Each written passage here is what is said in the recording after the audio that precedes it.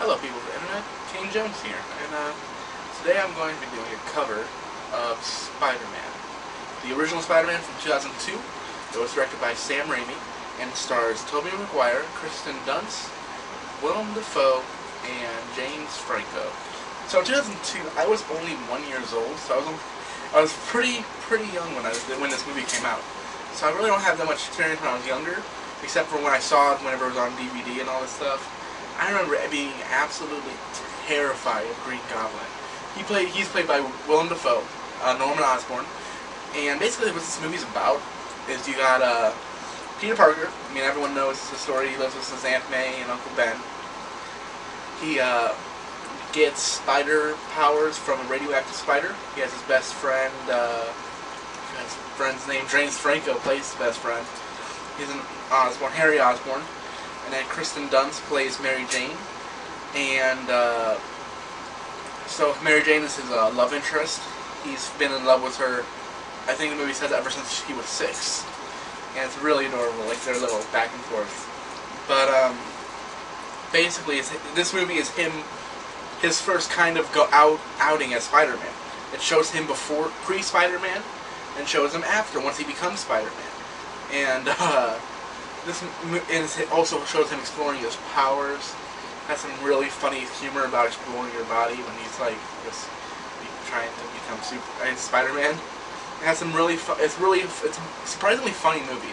Now, like I said, I haven't seen this movie since I was very young. When I'm being terrified of Green Goblin, and I remember liking it, but I don't remember liking it as much as I did now. This is just a fun movie. I mean, Spider-Man: Homecoming is insanely fun. But there's very few fun superhero movies anymore. They always have to be dark or they have some really deep meaning, or they can never just be fun. What this movie is. It's really fun, but it's not Transformers 3 fun. It's good fun. Sam Raimi directed this movie fantastically. I find that this is one of the I haven't seen Evil Dead, and it's been a while since I've seen Spider-Man 2. But this makes me want to go see Spider-Man and go watch the Evil Dead series, and I'm definitely going to watch Spider-Man 2 soon. I may review it depending on if I have something I want to say about it. But this movie is just absolutely fantastic. Now let me get into some of my normal talking points so I can get a little more of a structure into this review. I'll be right back. So now I want to talk about the acting, the actors. Tobey Maguire, he gives a really great performance as Peter Parker and Spider-Man.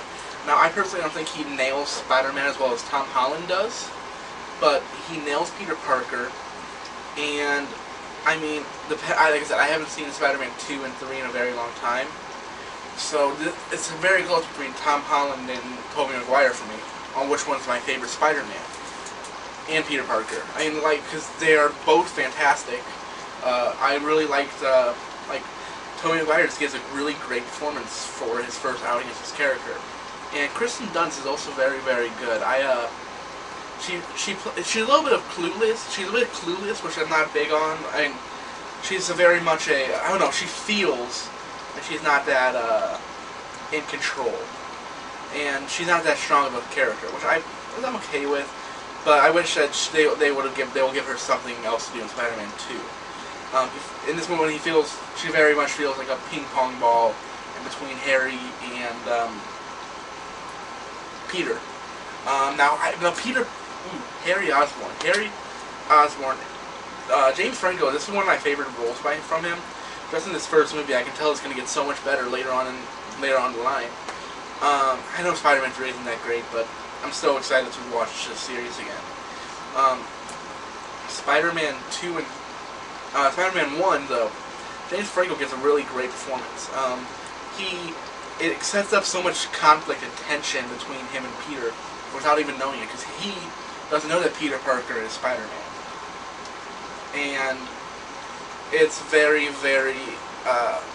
tense going forward. It sets up some things for later movies where maybe he'll find out at one point.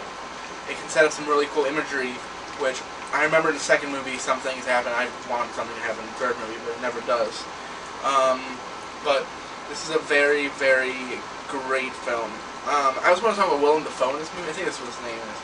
But the guy that plays Green Goblin. he is Willem Dafoe. This movie was this role was made for him. Like, I love Dane DeHaan, but he was garbage in Amazing Spider-Man 2. Willem Dafoe was made to play Green Goblin and Norman Osborn. He is so over the top but fun, and creepy in the voice, and I love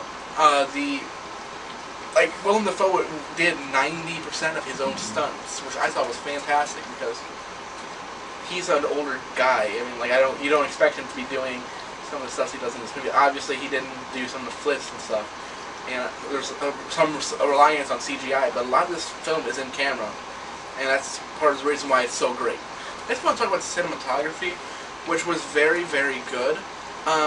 There's, like I said earlier, there was some really good intakes. Like, everything was in camera, which was awesome because when you look at some other Spider-Man movies, looking at Spider-Man 1, 2, Amazing Spider-Man 1 and 2, I mean, like, it was all in frame, and it's very good. Sam Raimi is an amazing director. I'll get into him later, but he just the cinematography. And there's like shots that are absolutely amazing. Like the Bonesaw, I think his name is Bonesaw, that's an amazing fight scene. The shot when Spider-Man is hunting down Uncle Ben's murderer, it's great. There's a shot later on in the film that I'm trying to do like a little bit of spoilers, but not too much.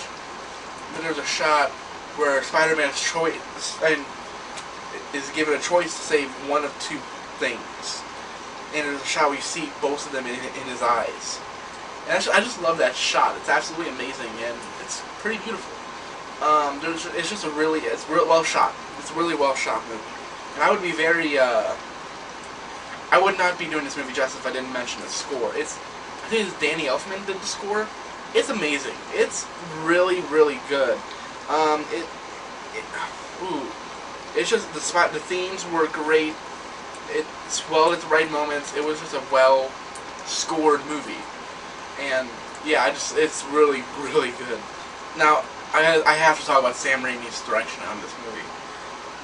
This movie is maybe one of the best directed superhero movies I've seen in a very long time. Like, yeah, Logan was great, Spider-Man: Homecoming was great, Wonder Woman's fantastic, but this is just a really well-directed movie. Sam Raimi did something with these characters and with the development, just in the direction. Overall, it's just fantastic. Sam Raimi did amazing with this movie, that he kind of kicked off this big superhero boom that's been going on since 2000 with the first X-Men movie. But I feel like Spider-Man was the first one that really was like, okay, we can really do this, and I think that's we kind of have lots of Sam Raimi, you're amazing, thank you. But yeah, Sam Raimi did amazing directing this movie. Entertainment, I've talked about that a lot. It's very entertaining. It's really, really fun, and I love that. That's one of the reasons why I like this movie so much. It's just a fun movie. It's also it's smart, but it's also really fun, and it's a little silly at times. It's campy, but it's also not like annoying campy. It's just a fun movies that it's fun. It's fun. It's fun. It's fun. It's fun. Now, target audience. This is really a movie for anyone. I think, yeah, younger kids are gonna be like when I was younger, I was terrified of Green Goblin, but I think younger kids may be a little scared of it. I think this is a really fun movie. Like I'd say it's 6 and up. Would be perfect for this movie. It's very, it's fun. It's fun, guys. It's really good. If you don't like superhero movies, I think you're still gonna like this movie. It's just good for everyone. Like I said, it's a little, I think Green Goblin's a little scary, but that was just me, and I'm a bit of a chicken, so who knows? He may not be scary. I don't know. But overall, I think this was a very, very well-directed movie, well-acted. The script is very good.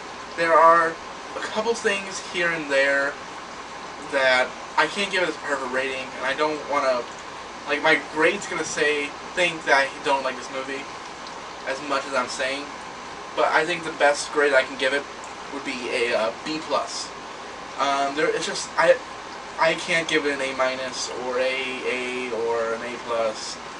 I think B+